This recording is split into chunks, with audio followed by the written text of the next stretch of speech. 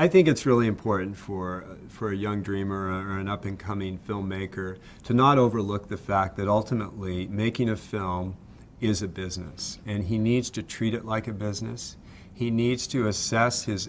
particularly with insurance, he needs to completely understand what his risk is and how he's going to protect himself with insurance products, and know going in that the more he can educate himself up front with understanding the insurance, finding a broker he can trust, developing a relationship with that broker,